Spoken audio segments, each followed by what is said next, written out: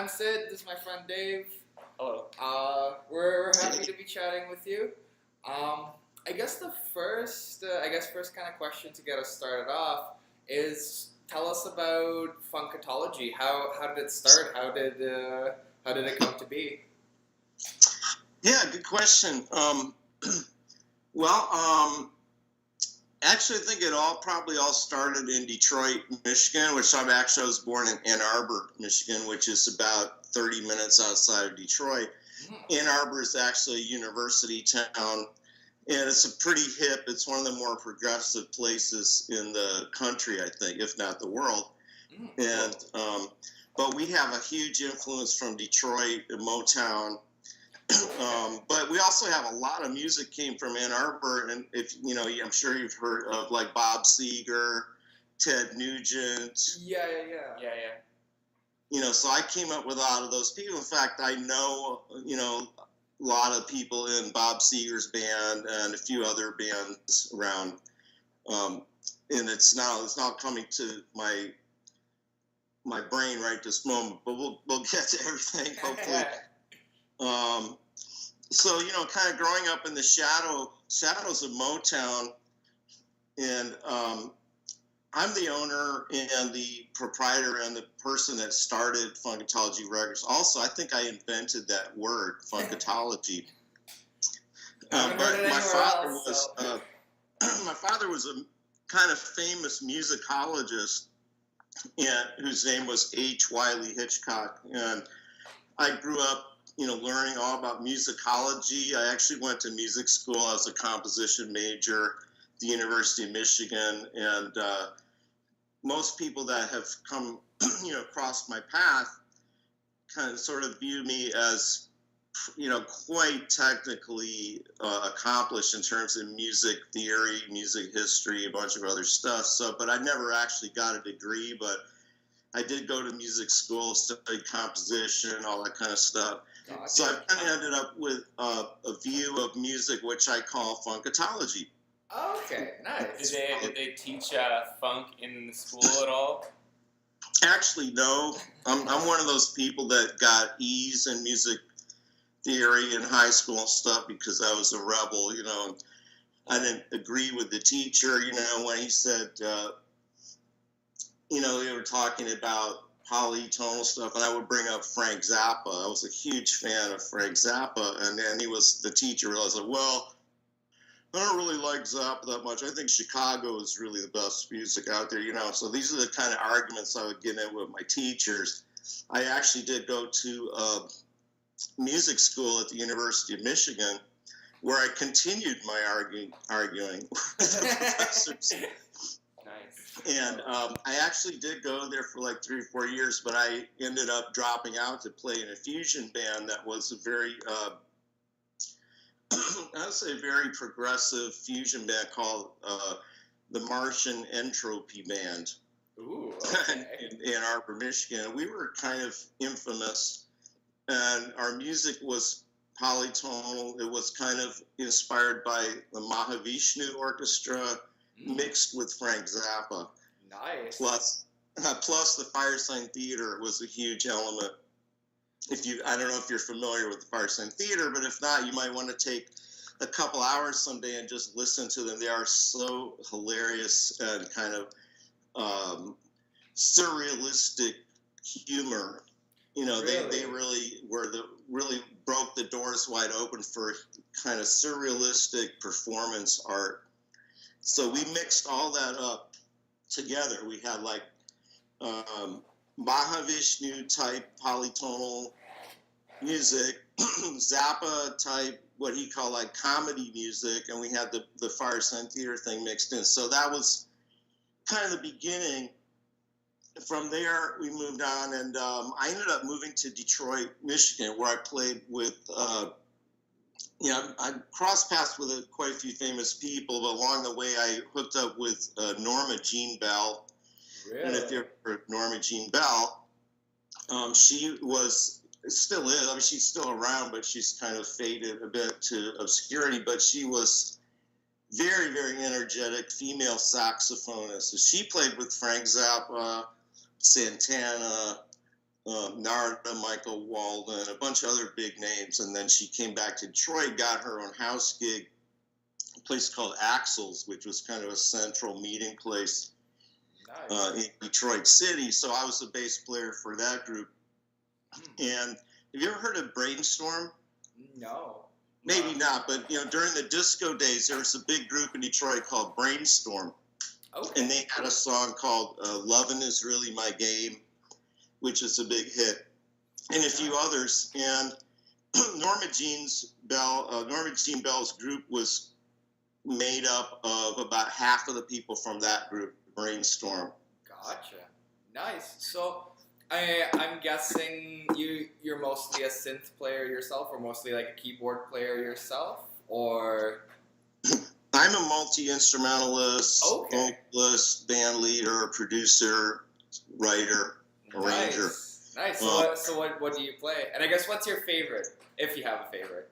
Well, as I mentioned, my father is a musicologist. My mother was a virtuoso pianist. So I kind of always had a piano around the house and plinking on a piano. So from a very young age, I learned how to play piano, and they could teach me how to play scales. And so I had a lot of knowledge just coming out of the gate with my parents and stuff, although I did study hard.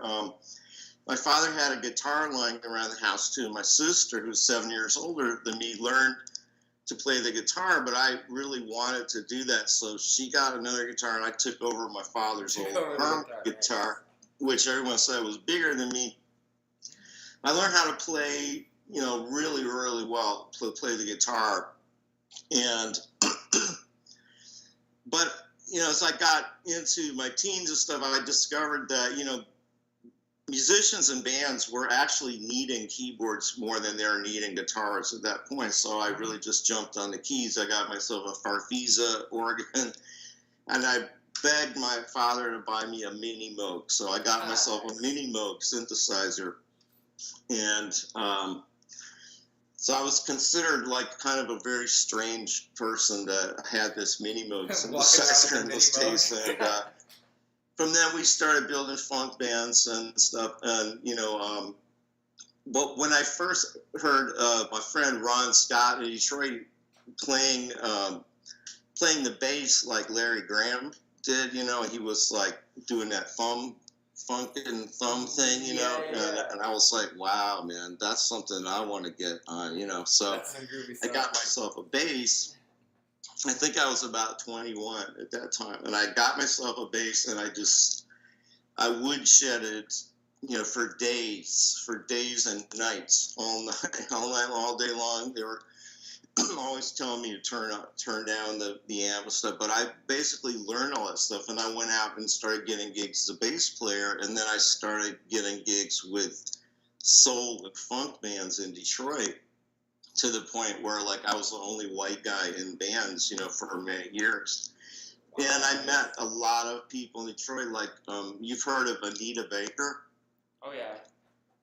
I mean, she's like, we're again giving away my age. I'm not exactly a young spring chicken, but Anita Baker was really big star in the 80s, and during the 70s, I was working with her in bar bands, driving her to the gig and stuff. So there's someone that I crossed paths with. There's lots of other people, but the fact is that I got a reputation as a real funky bass player, one of the best bass players in Detroit. And if you go to Detroit and talk to people, they still talk about my name, even though I'm here in Miami now. So I moved to Miami basically to make money, because it's not easy to pay your bills as a musician, and I did not have any other marketable skills at the time. I was doing studio work then too during those days, and I would be hired to come into the studio and do bass, guitar, and keyboards, because I played all of those things. So I can drop a few other names. So one guy was a pretty good friend of mine. His name is Steve Bray. Steve Bray ended up being like Madonna's best friend. I also met Madonna, hung out with Madonna before she was famous, When I was in Ann Arbor and I worked at a place called Dooley's, I was a pizza cook, and Madonna was actually the waitress in there. It was the first time I ever met her. Turned out she was hanging out with my friend Steve Bray, who's a drummer. They ended up writing a bunch of her songs together, man. Dress You Up in My Love, Papa Don't Preach, Get Into the Groove. You know, a lot of tunes from Madonna were written by my friend Steve Bray with Madonna. Really? Did he like get credit on that, or was he like? Oh yeah. And Steve Bray, who I'm still in touch with, has gone on now to. He was one of the composers of the Color Purple Broadway show. Okay. Which was produced by Oprah Winfrey, as you know. He got a pretty good break there. That's pretty cool. And so, you know, he's still doing stuff like that. Nice. Me, you know, I'm kind of like the guy that I was never willing to compromise. So I didn't get along in bands. I was, you know, my let me say my idol or my role model was Frank Zappa. And Frank Zappa was not going to compromise with anybody. That's exactly the way I was. So I would get in bands, and I actually got fired for being right, you know, so many times. I can't tell you how many times I got fired for trying to help the guitar, you know, the lead guitarist learn the correct part, or just stupid things like that, you know. But I've got ears, you know. And I also went to music school. I went to the University of Michigan Music School, but even before that, through a series of very weird events in my childhood, I kind of ended up going into the Royal Conservatory of Music in Toronto at age 14. Wow. It's a university, but I ended up going in there at age 14, and what they did was they put me into the electronic music laboratory. So I would just go in there, and this is basically a huge room full of tape decks, splicers, switchboards with cables, synthesizers, everything you needed to like do any kind of musical electronic creation. So at age 14, they basically just turned me loose in there. So yes, was that a good idea? I got amazing education there. So, you know, as I came out into the musical mainstream, I wasn't the kind of person that was looking to be like, I just want to be somebody's bass player and that's my career. That wasn't what I wanted to do. What I wanted to do was produce, create music. As those guitar players learned, you know, I wanted to help them play a little bit better and stuff like that, just get more of the feeling out of the music that I was looking for. So I ended up really just trying to do my own music. Back in those days, we did not have computers. It was not easy to produce music. You really needed a lot of money to produce music in those days. So I have to sort of claim that as one part of the reason why I didn't get further in those days.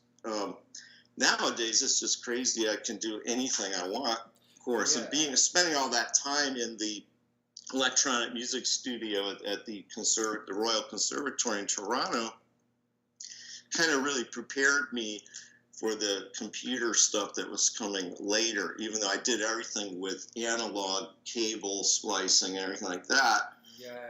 You know, if you see Reason, you ever seen the software called Reason now? Yeah. If you look at that, it's almost like the same thing that I had in hardware built and made into a software. Were you into anything like craft work back in the day, or like was that part of the, you know? I enjoyed craft work. Because it's electronic and Klaus Doldinger. You ever heard of Is he a craft work guy or? Klaus Doldinger had a band. I don't think it was Kraftwerk. Wait, is this Cool by the Pool? Huh? There's a song called Cool by the Pool. Is that guy? Passport, actually, the name of Klaus Doldinger's band. Okay. Cool by the Pool, I'm not hip to that. Yeah, forget it. Okay, but go on. Okay. Well,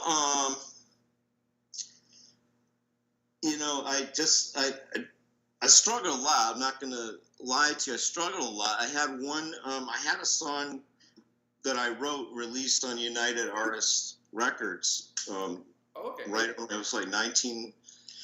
I hate to say how long ago it was, but it was just right at the turn of 1980. And basically, I had my own band at the time. It was called Timepiece, Timepiece with a Y. Once again, not like it's a big deal, but I was the only white guy in the band, and I was also the director of the band. And it was an awesome, funky band. Nice. And we played original material, too. And I had a song that I wrote, which was inspired by Herbie Hancock and his song Butterfly, which I just love. So I wrote this song called Captain Jarvis. Okay. And Jarvis is my middle name.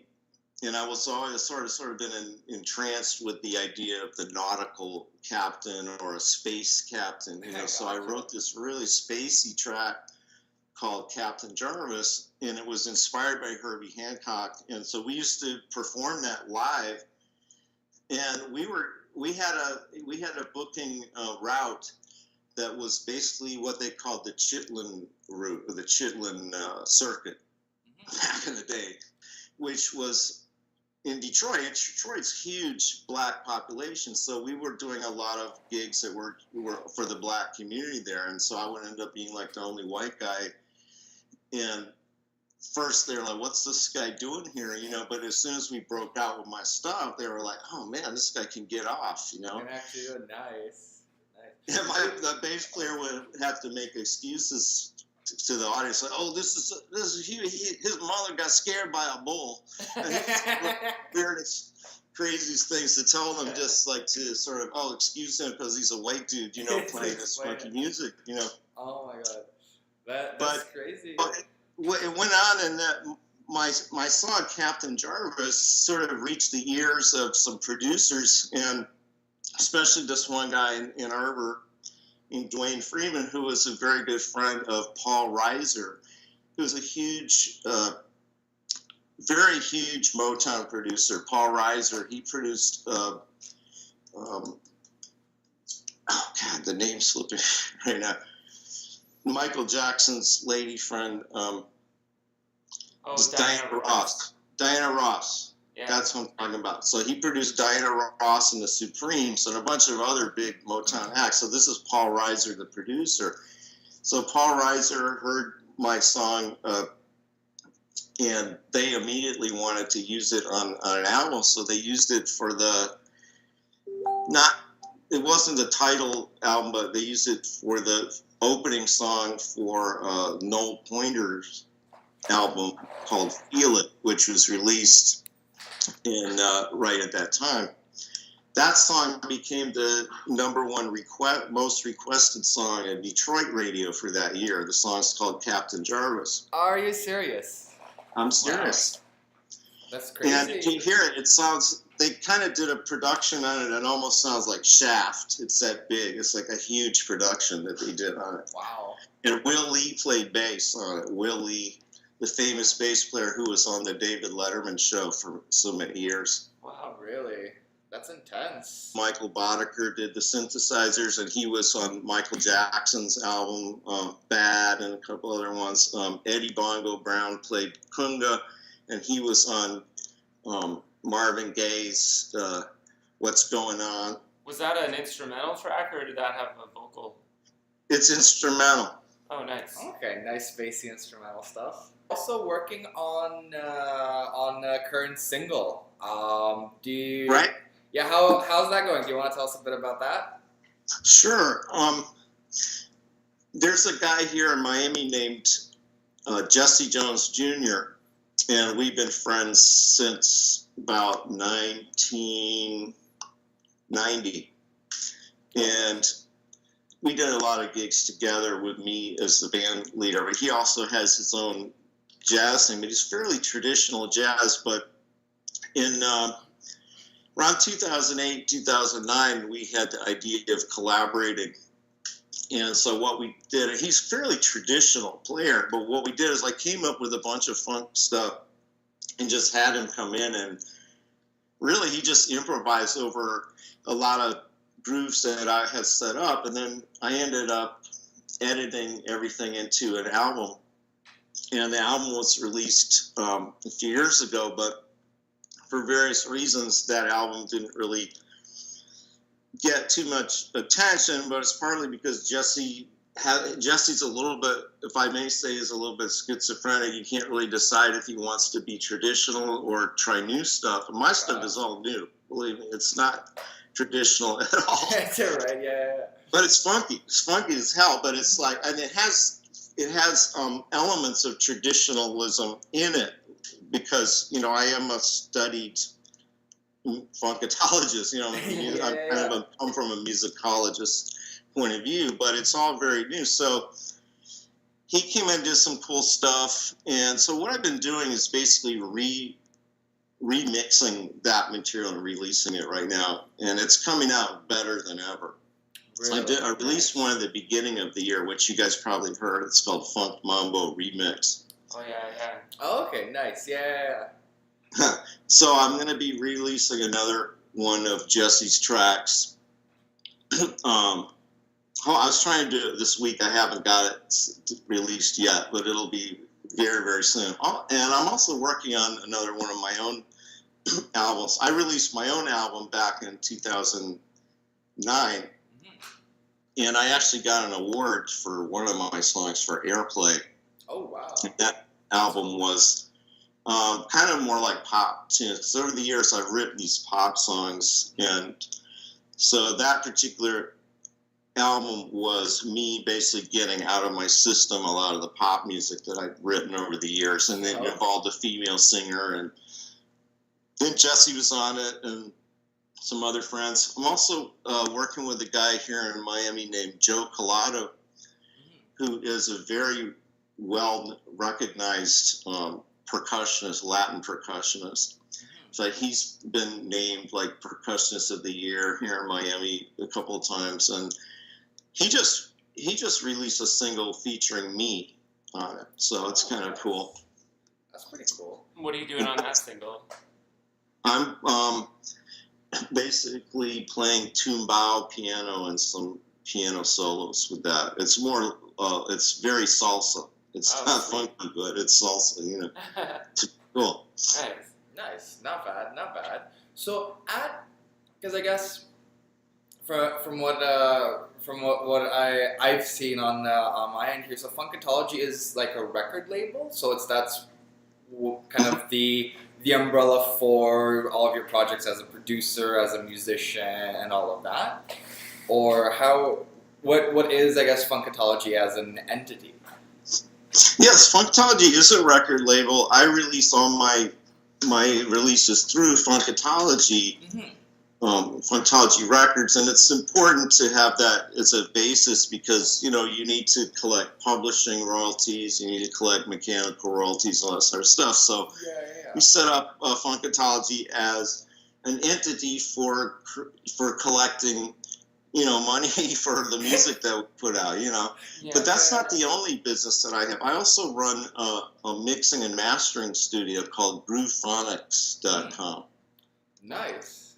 And so I've done mixing and mastering for a lot of people out there. And so that's sort of the other side of it is where, Funkatology is creativity that comes from inside of me. And groovephonics is for creativity that comes from other people, but I put the polish on it and help them put it out. Gotcha. You provide them that resource. Nice. Right.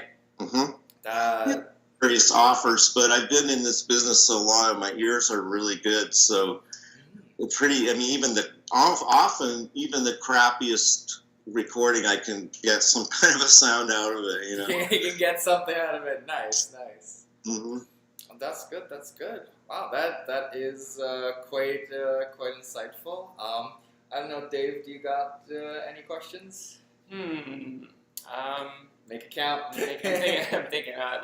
We talk a lot about this sort of some of the history and stuff, and we're talking about the new stuff now. So you've got the the record label, you've got the recording studio. How do you find business in Miami, like at the moment, as far as like, you know, is it prosperous? Very prosperous. Like, well, you know, I kind of stopped pushing for business, and I have repeat customers that come back to me over the years. I got to the point where I just decided, look, do I want to put a lot of money and effort into getting more people to pay me to fix their music, or do I really want to just create more and make my own creations and put them out and then try to monetize those? So really that's what I decided was the latter. So I'm not really pushing for business on Groophonics, although I have some people that come back to me. In fact, people that are pretty awesome, man. Like if you ever heard of Willie Bobo, he's a hip hop rapper, and he always comes to me. Damu Malik is an amazing neo soul dude, and he's had a song on TV, Girlfriends, and a couple other things. So he uses my services. Other people too. So that's a lot of people. Can people like are people coming to you just sort of more locally, or do you find that nowadays it's like they can come from anywhere? I would say the majority of my clients for Groophonics are not local. Okay. So In fact, I got people in New York, California, in fact, in other countries even. Yeah, that's cool. Nice. What is the most famous person you worked with that you can think of? Most famous person I worked with. There's been a few. Well, you've named a lot. I have to say Madonna, Anita Baker. You know, those are pretty good names. You know, Marcus Belgrave. You probably haven't heard of him, but he was a famous trumpeter from Detroit.